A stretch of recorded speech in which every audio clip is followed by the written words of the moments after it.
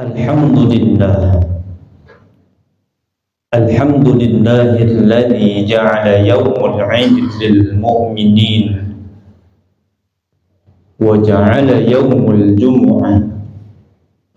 Ashhadu an la ilaha illallah wahdahu la syarika lah wa ashhadu anna Muhammadan 'abduhu wa rasuluh la nabiyya wa la rasula ba'dah.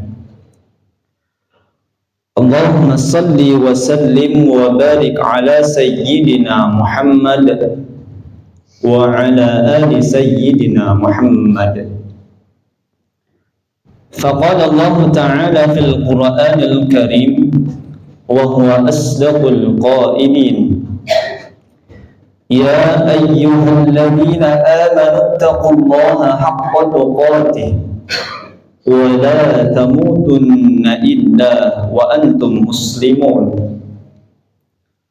Wa qala ta'ala fi ayatin ukhra, ya ayyuhalladzina amanu taqullaha wa qulu qawlan sadida yuslih lakum a'malakum wa yaghfir lakum dhunubakum wa man yuti'illaha wa rasulahu faqad faza fawzan 'azima.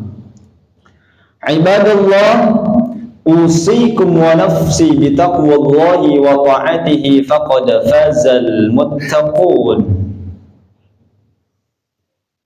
Ma'asyiral muslimin jamaah salat Jumat rahimakumullah.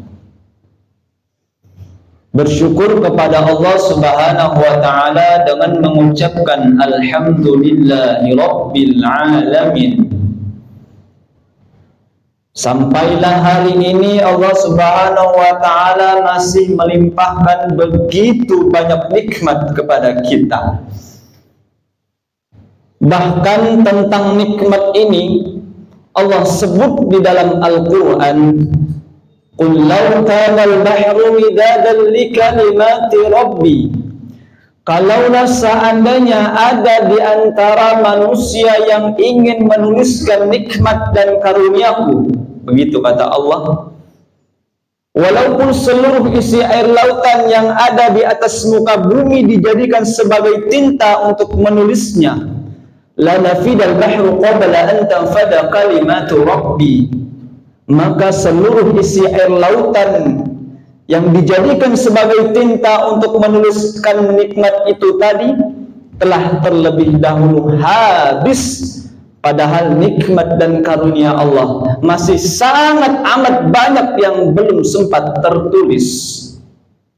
Ini artinya sebanyak-banyaknya isi air lautan yang ada di atas muka bumi Allah Subhanahu wa Ta'ala ternyata tak lebih banyak daripada nikmat dan karunia yang diberikan kepada kita.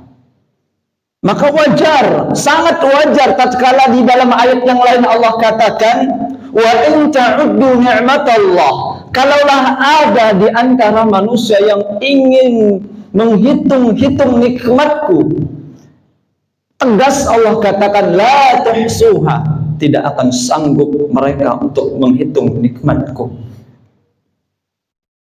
Pada permulaan surah Al-Kautsar lebih tegas Allah katakan, inna a'tayna kal kautsar, sungguh kami telah memberikan kepadamu Al-Kautsar. Satu di antara makna Al-Kautsar adalah bini'matin katsir, nikmat yang sangat amat banyak yang tidak terhenti-hentinya, tidak terputus. Sehingga kalau kita artikan inna a'tainakal kautsar, sesungguhnya kami telah memberikan kepadamu nikmat yang sangat amat banyak, tidak henti-hentinya, tidak putus-putusnya. Maka dari itu Allah katakan, dengan nikmat yang banyak itu beribadahlah kamu. Fasalli li rabbika wanhar. Dengan nikmat yang amat banyak itu Allah perintahkan kepada kita untuk beribadah. Ibadah itu ada dua. Yang pertama ibadah badan. Kita punya mata, digunakan untuk membaca Al-Quran, itu adalah ibadah badan. Kita punya lisan, kita punya mulut digunakan untuk membaca Al-Quran, untuk berzikir, itu adalah ibadah badan. Kita punya tangan, kita punya kaki, kita ayunkan, kita langkahkan ke tempat yang baik-baik, itu adalah ibadah badan. Kita punya telinga, kita gunakan untuk mendengarkan nasihat agama, itu adalah ibadah badan. Tapi sebaik-baiknya ibadah badan adalah fasalli li rabbika, sujud di hadapan Rabb pencipta alam semesta, alias tegakkan solat. Sungguh solat adalah sebaik-baiknya ibadah badan. Kemudian yang kedua, ibadah badan adalah ibadah yang pertama. Ibadah yang kedua adalah ibadah harta. Kita punya uang kemudian disedekahkan, itu ibadah harta. Zakat itu ibadah harta. Infak itu ibadah harta. Dan sebaik-baiknya ibadah harta adalah wanhar, berkurban di hadapan Allah Subhanahu wa ta'ala. Demikian pula lah amalan dan ibadah yang paling dicintai, disukai oleh Allah Subhanahu wa ta'ala di tanggal 10 Zulhijjah nanti.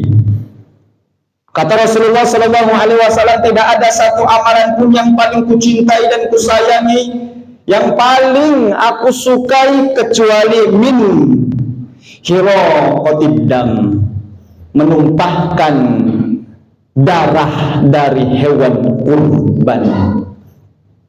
Masyaallah muslimin jamaah salat Jumat rahimakumullah. Ibadah harta atau ibadah kurban atau syariat kurban adalah ibadah tertua sepanjang sejarah manusia. Syariat tertua sepanjang sejarah manusia. Dimulai sejak zaman Nabi Allah Adam alaihissalam, dipertegas pada saat zaman Nabi Allah Ibrahim alaihissalam, dan sangat dianjurkan, bahkan diwajibkan pada saat zaman Nabi Allah Muhammad sallallahu alaihi wasallam. Singkat sejarah berkenaan dengan ibadah kurban, tatkala ibadah ini ditegaskan oleh Allah pada saat zaman Nabi Allah Ibrahim alaihissalam. Pada saat itu Ibrahim alaihissalam dalam pernikahannya diuji oleh Allah Subhanahu wa ta'ala dengan tidak dikaruniai seorang anak. Kemudian setelah sekian tahun lamanya Allah katakan kepada keluarga Nabi Allah Ibrahim, fabasyarnahu bihulamin halim, kabarkan kepada keluarga Ibrahim akan kelahiran seorang anak bernama Ismail alaihissalam.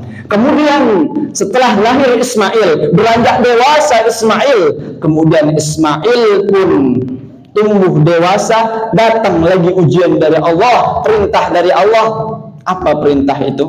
Wahai Ibrahim, sembelih anakmu. Wahai Ibrahim, potong anakmu. Wahai Ibrahim, bunuh anakmu. Begitu perintah Allah kepada Nabi Allah Ibrahim alaihissalam. Kemudian yang terjadi jamaah salat Jumat rahimakumullah, singkat sejarah, Nabi Allah Ibrahim membenarkan perintah itu.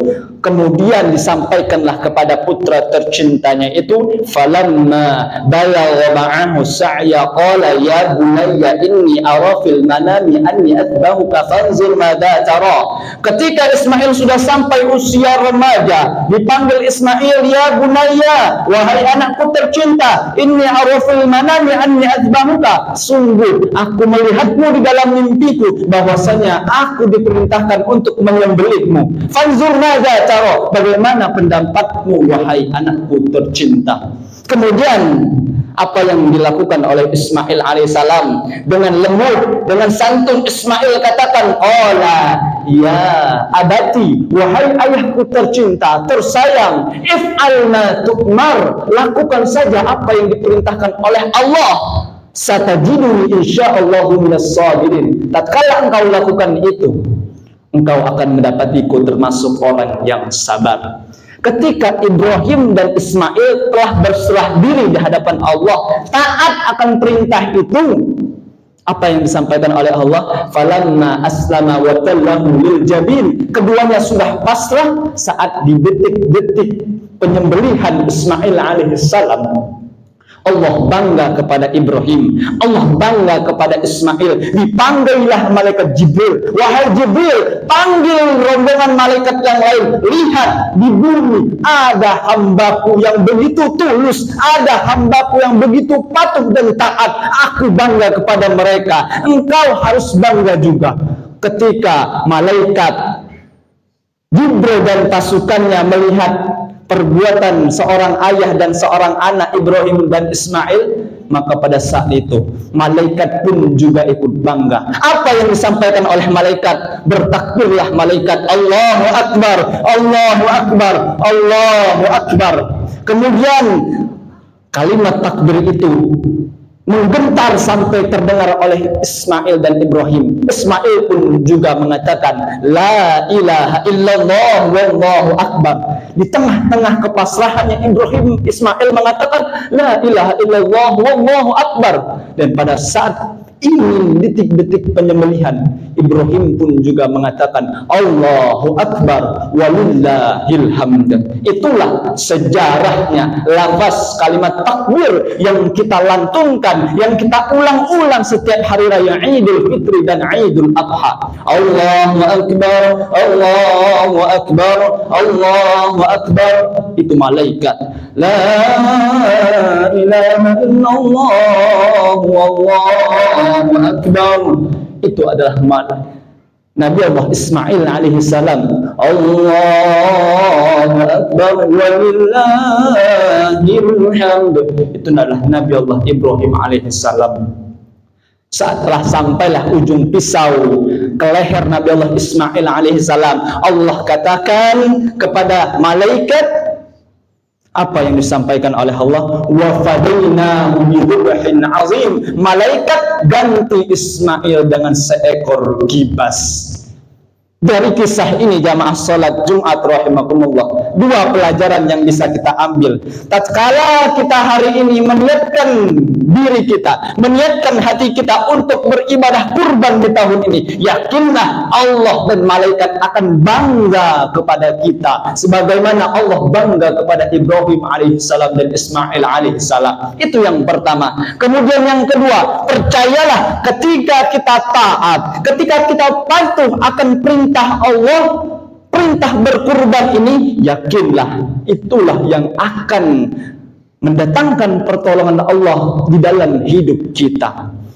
Pertolongan Allah yang paling baik tatkala kita ditolong dari pedihnya, dahsyatnya azab api neraka. Dan pertolongan Allah yang baik ialah tatkala kita dimasukkan ke dalam surganya Allah berkat kita taat patuh terhadap perintah Allah Subhanahu wa ta'ala.